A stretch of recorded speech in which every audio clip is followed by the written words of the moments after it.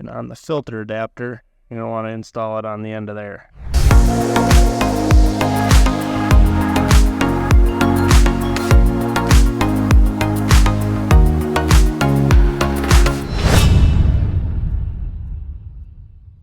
right, everybody, welcome back to the MCE Offroad Garage. Today we have this Can-Am Defender Limited in here. We are going to be installing our remote oil filter kit on this unit. We also offer a oil filter kit for the Can-Am Commander, the Can-Am Maverick Trails and Maverick Sports, along with the Maverick X3. First off, just like any of the other videos, we'll go through the components that come in your kit as you unbox everything, how it'll look, fit and finish. Then from there, we'll jump over to the installation process and walk through how to do it.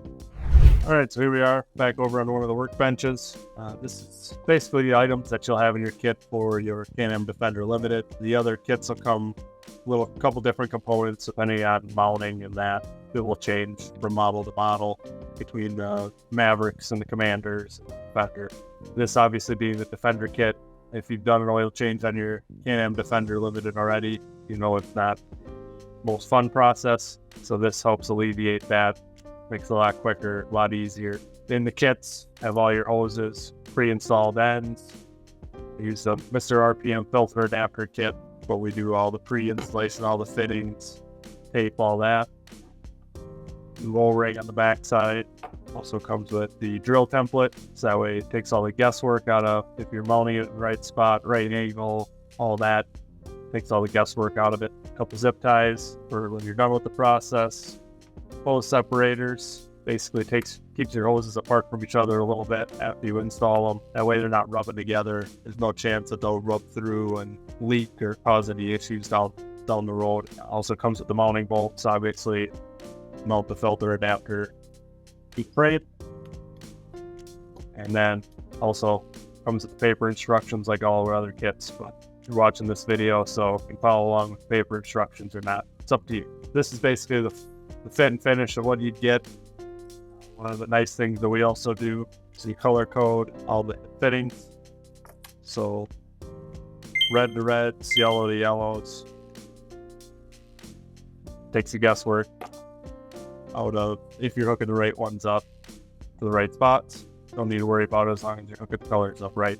That being said, let's jump into the installation. All right, jumping right into the fun part first here. Down on the ground, what we're gonna do is underneath your machine here, you got this hole, looks like kind of like a peanut shaped hole.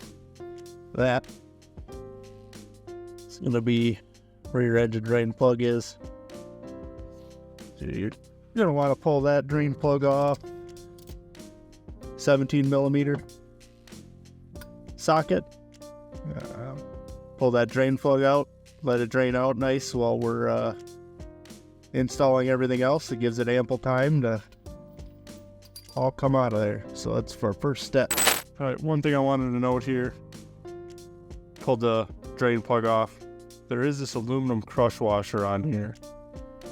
Most oil change kits, when you buy your oil, it'll come with a new crush washer.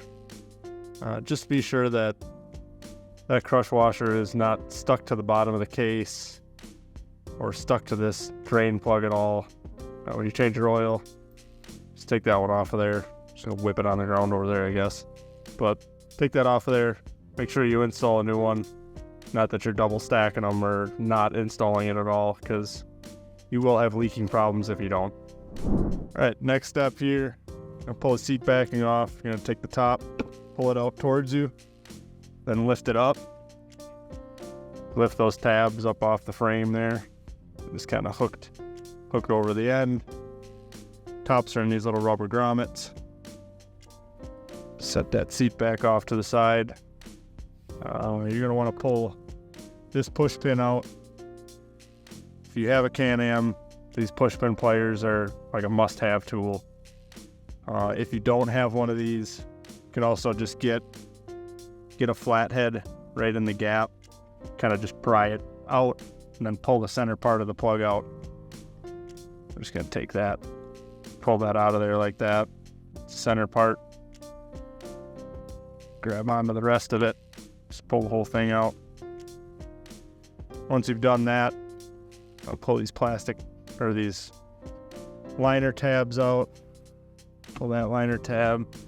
Another one up on the corner of the driver's seat there. But the next step would be to lift this out of here. It's just going to take 2 hands to get this. All right, so now we got that part of the liner out. You got to get this plastic cover off of here to access right back underneath here. It's where the engine and the filter housing and all that is. There's 11 of these T30 Torx bolts here. Gonna take all those out. 1, 2, 3, 4, 5, 6, 7, and 8, 9, 10, 11 down underneath on the very bottom of the plastic. So you pull those out, make sure you don't lose any of the bolts, obviously. You're gonna be putting those back in. All right, one extra thing that I'll end up doing here. So there's these pins down here for the center seat. I'm gonna go ahead and pull these pins, safety pins off these tabs. Pull these pins out on each side, slide out. Same way with this one, slide that out of there. We'll go ahead and just lift this out. Sometimes when you're trying to get this plastic out of here, it'll just end up wedging up. It's just a lot easier if that's out of the way. It's only a couple pins, so added help. Just basically pull this back to the side, lift it up. Takes 2 hands, but that plastic then lifts up out of the way. All right, so now when we got the cover off, you can see down, right down there, that is where your filter housing is. Basically, there's 3 bolts on it.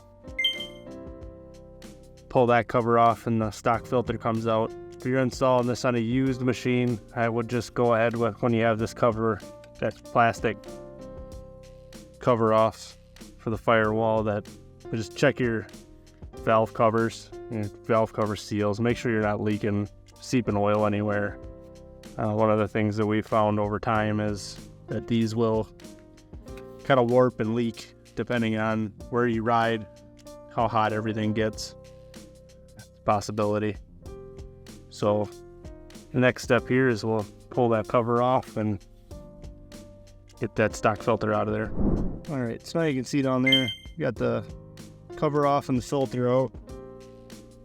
This cover, you won't be replacing it or have no use for it after this. One thing you will need is on this filter, there's this rubber gasket. I want to pull that rubber gasket off, and on the filter adapter, you're going to want to install it on the end of there. This will then seal it up against the motor. Make sure there's no bypass or anything. Just a double check. You want to make sure that your O-ring is still in place in this part of the filter. When we come up, we can put this filter right in there. So now you put your filter housing in there. One thing you want to be sure of, that 90-degree angle fitting faced up like it is there. That way the oil lines can run down from back over where the filter's going to be mounted. The lines will run down, be easily attached down in that area there. Once you got that in place, go ahead and reinstall the 3 stock bolts that you had pulled out. All right, now I got the filter adapter all installed. Bolts are tight after dropping the bolts and the ratchet and the skid plate, half a dozen times or so. Now we'll move back here. One of the things is I pull the pins out of the bed shock. Just allows the bed to tip back farther, so that way you're not snagging your head or anything on the bed latches. What we're gonna do from this point is we're gonna take our hose ends. We're just gonna feed them down right around down in here. Get them attached to the filter adapter. Once we feed them down, we'll go around on the cab on the inside and tighten them up. Get them all set. And then we'll route those hoses around, back around over here, around the top of the gas tank area. And then we'll work on the next steps. One thing I want to note here quick, just do one line at a time. If you put both lines on finger tight first, it's going to be a real pain to get that 90-degree fitting tightened up. Just do one at a time. Get that outside one done first. Get it all tightened up with the wrench. Then move on to the straight fitting. Then get that one tightened up. All right, now that you got your lines tightened up, make sure that when you tighten the lines, they didn't rotate over or rub it on bolts or anything. The line should be run nicely around back behind the firewall. Come around to the back of the machine here. Lines are run along the back side of the firewall there, and they're going to wrap around, up around the gas tank this way, then up along the frame rail. Here I've just put the fittings on finger tight, just to double check when you use your drill template here. Want to make sure that when this is going to be mounted, and kind of roughly hold that in place, that your lines when it's mounted aren't going to be rubbing on this part of the frame, or you're too far back that there's a chance that this opening something come up and hit it. So you want to be far enough forward that you're not rubbing on here, and that you're well protected by this plastic wheel guard here. From that point, you can go ahead, take a 1/4-inch drill bit, hold this template in place, drill your 2 mounting holes.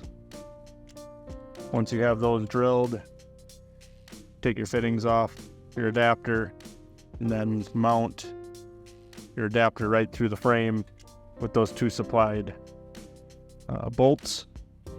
May be easiest to mount those bolts by pulling this push pin out. Using the same tool that we used on the inside, or that flathead screwdriver, just to pop the center out and pull the whole thing out. Just that way you can pull this plastic back out of the way so you can get those bolts in through the frame. Alright, so here you can see air holes drilled all the way through the frame for mounting the filter adapter. One thing that doesn't hurt, before you put your bolts in and tighten everything up, if you want to take some paint, just cover up that bare metal from where you drilled through, just to help with corrosion and that. You can see here, I have this pulled back so you can get your bolts in. These you can now tighten up. These are going to take a 3/8 socket or wrench. You tighten those up, and then you can run your filter lines back up to the adapter.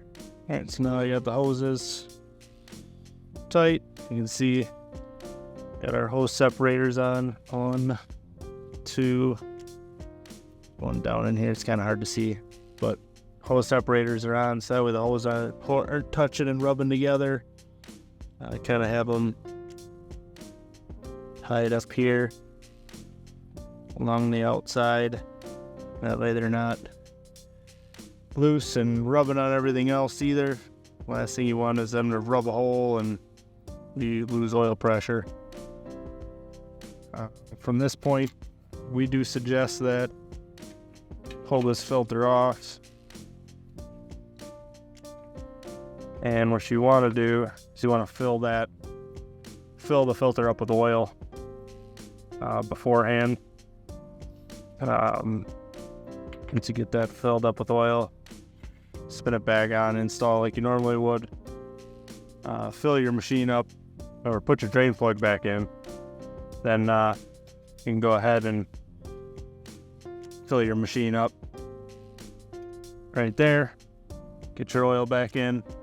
Run the machine for 10 to 15 seconds, I'd say 30 tops, just to get the oil through the system. shut it back off, check your oil, and then top off as needed. Will require more oil than the stock specification, just because you have the added capacity from filling up the filter and whatever it takes to fill up the lines themselves. Generally, it's, I'd say, probably about half to 3/4 of a quart, maybe. So I know most of the kits come with 2.5. So if you go to 3, should be pretty safe as far as when you're purchasing your oil. But always go off the measurement off the dipstick, because may differ slightly. But that will be your full installation on this kit. You can go ahead and then reinstall all your paneling and stuff back here again. It's just a reverse order of how you pulled it out, and yeah, you'll be all set to go. Thanks for watching. Thanks for purchasing the product. If you haven't purchased it yet and you're looking for any sort of clarification or questions, you can always contact us. Thank you.